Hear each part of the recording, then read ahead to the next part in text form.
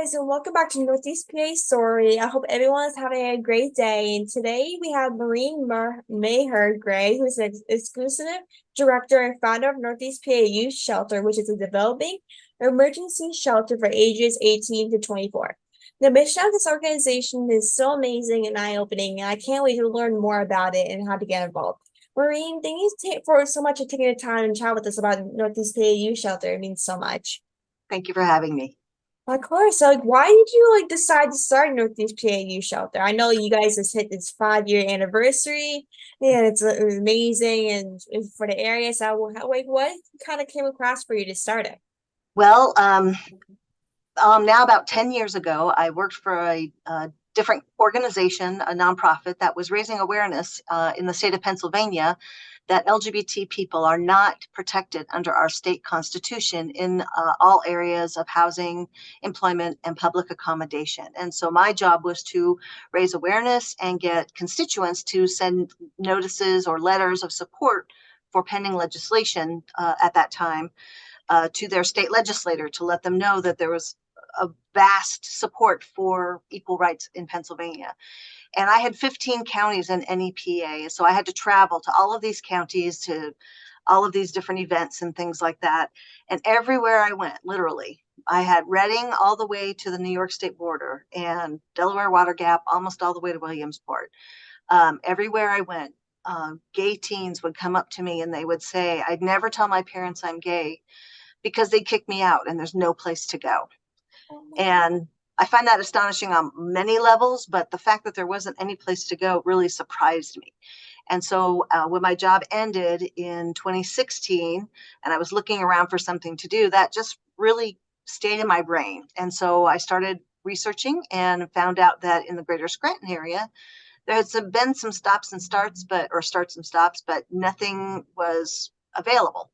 So I talked to some friends of mine and we decided that we were going to tackle this problem. So we incorporated as a nonprofit in 2016. And in 2017, in May that year, we found a space for a teen center because we felt like we had to develop a rapport with kids first. Because if we were just to put a shingle on a house and say teen shelter, they wouldn't come within 100 miles because they didn't know us and they'd already been, traumatized and things. So we wanted to establish credibility and trustworthy relationships with teens so that when they were in crisis, they knew they could come and talk to us. And so we opened our teen center in October 2017. And we had our first, and so that's a program we have after school from 3 to 7 p.m. Monday through Friday. We're just a few blocks up from Scranton High. Then in December 2019, we had our first homeless teen come to us and ask for help. And we've helped, what we do is we provide financial support for that teen for up to a year. Especially if they're in high school. That's our priority for students who are still in high school.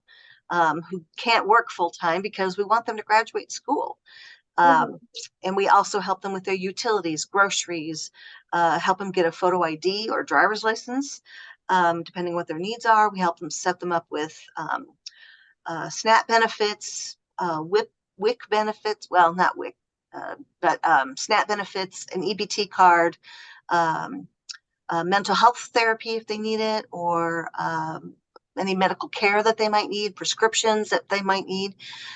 So we set up this whole program for them so that they don't have to worry, except to graduate and learn how to do this on their own. So we coach them over the course of the year on how to adult, basically, pay your bills, set up your accounts.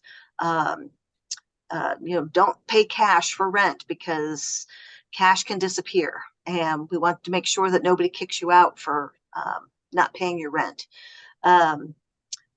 We've successfully helped over 13 kids in the program since 2019. And I have also helped kids outside that program who didn't necessarily need our financial help, but needed help just figuring out what's a lease, what does that mean, and helping kids understand that, and where do they go to get their utilities, what does that mean, and what are the requirements, and what can they afford, and where do they find apartments? They don't even know how to find apartments. How do they budget? Um, things are always cheaper when you have a roommate, but you have to be careful about who your roommate is. Mm, So we talk a lot about that. Uh, and in that regard, we've probably helped 25, 30 kids with mm, those questions for them. And we've had questions, or we've been approached by single moms, families, but we don't have money for that kind of program. And there are other organizations that can handle some of those clients. That's actually so terrific because like especially in the Scranton Wilkes-Barre area, there's not like a lot of shelters for that type of things. There's a couple of them in the Wilkes-Barre Scranton area, but there's not too many from on top of my head. Because of course, because I know like a lot of people care about this community. Like I know tons of people, but Mhm. it's like there's not a lot of shelters specifically for kids that are or teenagers or young adults that are kind of discussing these kind of problems with them and stuff. Like because like sometimes when people are kind of wondering like how do I get a house or how can I get a job or how do I grow to kind of become a successful adult like other people or how to graduate high school. Because like of course, all of those things are important, but sometimes like people kind of can't find those things to kind of make them successful. And that's why Yes. I love the Northeast PAU Center is that like you guys offer all those things and help other people as well, not just sides them being young or older, 18, 20. I know you guys do 18, 24, and sometimes younger, but it's like a much needed thing, especially in this area, because I know like a lot of people could really use these type of things. Yes. Yeah. We get calls every week for people looking for assistance. And right now um, we're in the early stages of pursuing a physical property for housing for our clients and for future clients, so that we've unfortunately had to have kids stay in hotels for weeks at a time because there's nothing they available in the apartments that they can afford on their own. So it's been a very difficult process for sometimes for those kids, because yeah, I can put you in an apartment that's $1,200 a month, but you can't afford that when you only make $12 an hour, or 14 out, even $14 an hour. It's hard to afford that because generally utilities are not included. So that's on top of that. Um, so it's the rental market right now is very, very difficult for anybody who's low income. And I'm tired of dealing with that. So I'm going to make my own housing. That's terrific. I can definitely feel that because like of course when you're dealing with all of these problems specifically for housing, you're like, okay, let's try something new instead of having to deal with the same exact problem for Right. years to come. Exactly. And like what type of emergency situations do you guys mostly deal with? Is it mostly like finding housing or was it kind of things you guys see often? Well, I would say one of the myths that I was pleasantly surprised blew up right away was the fact that every teenager is a runaway. We haven't had one kid who's a runaway. We have had kids who have been kicked out of their homes for a variety of reasons and can't go back. And kicked out and not prepared for the real world. No bank account, no ID. They don't even have their social security card, their birth certificates. We have to get copies of those sometimes, um, because you can't. And to get an ID, you have to have proof of residence. Well, if Mhm. you're homeless, how do you do that? And so we worked out a little plan to help that and make that so that we can get them an ID. You can't get a job without an ID. You can't get an apartment without an ID. Um, so we want to make sure that they have their basics to get started. Some emergency things that we have had with our population in general, STD tests and pregnancy tests. We've had a few of those. I'm very proud of the fact that our first year we were open, um, when we were still kind of planning our programming, we had 6 young ladies who ended up getting pregnant. And then I brought in a reproductive health educator the second year. And since then, we've only had one pregnancy. So I feel like that's a big plus because we've made condoms available regularly. And we also can do referrals to medical facilities that can talk to young women and young men about birth control. Because, being 18 and having a baby the odds are stacked even further against you because now you have to afford childcare on top of rent. And it's darn near impossible for young people like that. We've had we have a lot of food insecurity where a kid will say to us on the way out because they don't want their friends to know, ask if they can have food to take home, especially on a Friday night for the weekend. We've actually, over the Christmas holidays, we've had families come in and use our pantry, families of our teen clients, because they don't have the extra money for a nice Christmas meal, right? So we segregate like our stuffing and vegetables and whatever items we have so that they can come and get the ingredients for a nice meal. So so food insecurity and reproductive care have been our biggest emergencies. That's actually so amazing. I'm so impressed because especially it's like with Christmas, Thanksgiving, or any major holiday, a lot of people would love to celebrate it, but sometimes not a lot of people have the money to actually go and buy food for Yeah, their family. No yeah. matter if they have like 4 kids or how many kids they may have, or a husband and wife, or Hmm. whoever's staying with them or who's coming to visit, they Yeah. sometimes don't maybe have the money to pay. Maybe they have um 2 kids and they're trying to pay for herself or her husband or like whoever that may be, and maybe they have some extra family coming in for Christmas, but they only can pay for them four. Right, So it's right.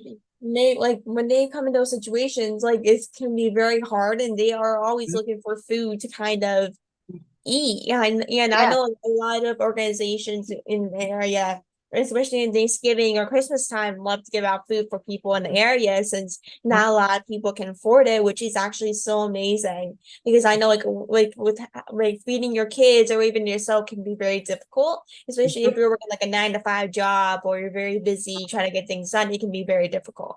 Yes, yeah. A lot of our parents are essential workers, so during COVID, they had to go to work, but they were only getting paid 10, 11, $12 an hour and had to leave their children at home. And if they had a teenager, at least they had a babysitter. But if they didn't have a teenager, by law, you can't leave your children under the age of 12 alone. And I just Mhm. shudder to think how many families were in that situation. I'm very lucky. We have lots of terrific donors who, especially at Christmas, come through for our kids, and they end up with big bags, those big grocery bags that you can get at TJ Maxx or something, Mhm. full of gifts and treats and candy. And if we have anything left over, we let the kids take it home for their own siblings. And we also make sure that they have food and gifts. So the community has been incredibly supportive of our kids, and really, we couldn't do those things on our own at all Mhm. because I think we had 50 or 60 kids at Christmas this past year Oh that we were wow. able to give gift bags to because the community provided all of the supplies and wrapped gifts. And yeah, I mean, the kids were just stunned. Um, and we had a Santa, and they got to have their picture taken with Santa. Um, we also had brand new pajama pants for them, brand new bedroom slippers for them. Um, we got pillows donated by the Hilton Hotel. So they all had nice, fluffy, new, spanking new pillows. Um, and the joy is watching them be able to be kids for a little while instead of burdened with a lot of responsibilities that kids just aren't prepared for. And like the organization's focus is advocacy and affirmation for LGBTQ youth. And like how does the youth center advocate for LGBTQ plus? Well, first of all, we are the only nonprofit that specifically addresses LGBTQ people in our mission statement. We are welcoming and affirming of LGBTQ people. We are also the only nonprofit with a pride flag on our window. right outside on the street where everybody can see it. Inside, we have multiple pride flags to let everybody know that this is a safe space. If we hear kids using derogatory terms, we pull them aside and we give them a little education about why that's not appropriate, and keep an ear out to make sure that it's not repeated. Whenever we have, whenever some of the LGBT organizations have events and things, we post those on our bulletin board so the kids know that they can participate. We have, when we've had transgender kids, I've told them they can use the bathroom of their choice and they can select clothing of their preference from either of our clothing rooms. And we just try to make sure that they know we acknowledge and respect them and that this is a safe place. And again, that was the inspiration for starting this whole thing, were those LGBT kids who felt like they would be abandoned if they came out. And I want those kids to know that even if they're only out while they're here, they can be out in safety and security. Because like of course, like with this shelter, it can be not only a safe place for whatever sexuality or where you decide to be. Because of course, I know a lot of places don't usually do that, but like to have this like a safe place like Northeast PA Youth Center and all these things to be a safe place for anyone who they want to be, whether if you're a boy or a girl, whatever you decide to be. Because I know a lot of places can be very strict, but I just love how like your place can just be very kind of a huge safe place for people who are getting kicked out or just can't be themselves around their family or their friends. Yes, yes, And like, exactly. how do like people get involved or volunteer? We have a volunteer application on our website, which is www.nepausshelter.org, and you can apply through that, through the form that's there, or you can email me and I can happily send you one. We do require 3 background clearances, child abuse clearances, state police, and the FBI. And then we also require a 3-hour orientation with me before you can interact with our kids. So if you can put up with all that, you'll have the best time of your life, because these are some of the best kids I've ever met in my whole life. And I was a teacher for 5 years. So I met a lot of kids. This population of kids is grossly misunderstood and stereotyped. And I'm doing everything I can to break that up, because they are good kids. They are all good kids. Everybody has something to offer. And I do everything I can to make sure that they find out what's their gift.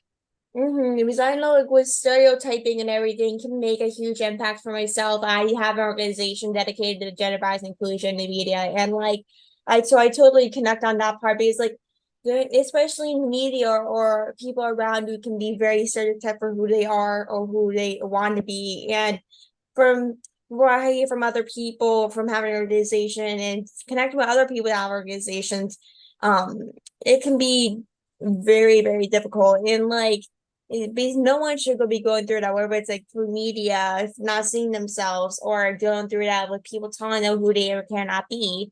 It Mm-hmm. can be very difficult to actually go through that. And like that's why, because I know there's a lot of terrific kids out there that don't deserve all these things. Yeah, yep, exactly.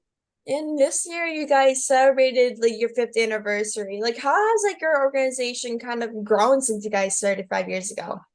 Oh gosh. um, it's been a very dramatic evolution. The first week we opened, we opened on a Monday, and we didn't have any kids until Friday. And on Friday, we had our first 6 kids come through the door. And the next week, they invited kids. And the next week, they invited kids. So by the end of our school year, that academic school year, um, we had registered about 120 kids, individual kids, and we were averaging around 22 a day. And it went up the next year. And then when COVID hit, of course, everything came to a grinding halt. So this year was the first year that we were open again without any restrictions and things. And from day one, we've had over 40 kids a day. Oh, wow. We've registered well over 200 kids, if not 300 this year. So the kids hear about us, and they want to be where it's safe. We have had to unfortunately tackle the gang problem, and had to put some measures in place to dissuade them from coming here, and it's worked. But it also has made it a safer place for kids who don't want to be involved in all that stuff. So I'm very glad about that. And we welcome freshmen every year, and the first kids who came our first year that we were open have they graduated high school, and now they're living lives, and they're starting to have families, and that's really rewarding, because they come back and they share what's happening with them. In fact, just this weekend, some of our kids were driving down the street, screeched on the brakes, and jumped out of the car and came over to give me a big hug and tell me how their life was. So that, it wasn't planned, it just happened, and they were so excited to see me, and that tells me I know what I'm doing makes a difference, and that's what these kids are here for. Yeah, it really is. Like when you like with everything going on from like you're telling me, it really shows that the youth center in the shelter is making a difference in a lot of kids' lives. I know you like the shelter is gonna continue making more kids in the area a difference. And I just want to thank you so much for everything you're doing. It's seriously terrific. And Thank I you. definitely need to come down to the shelter and stuff and come down. Anytime. I love to show it off. Bring friends. Of course, I definitely will. And everyone go check out their page. It's seriously amazing. Couldn't recommend it anymore. And thank you, Marie, for taking the time to talk about the shelter. It means so much. I love everything you're doing. So it's such a pleasure. Thank you, Kylie. I appreciate it. Of course. Have a great rest of your day. You too.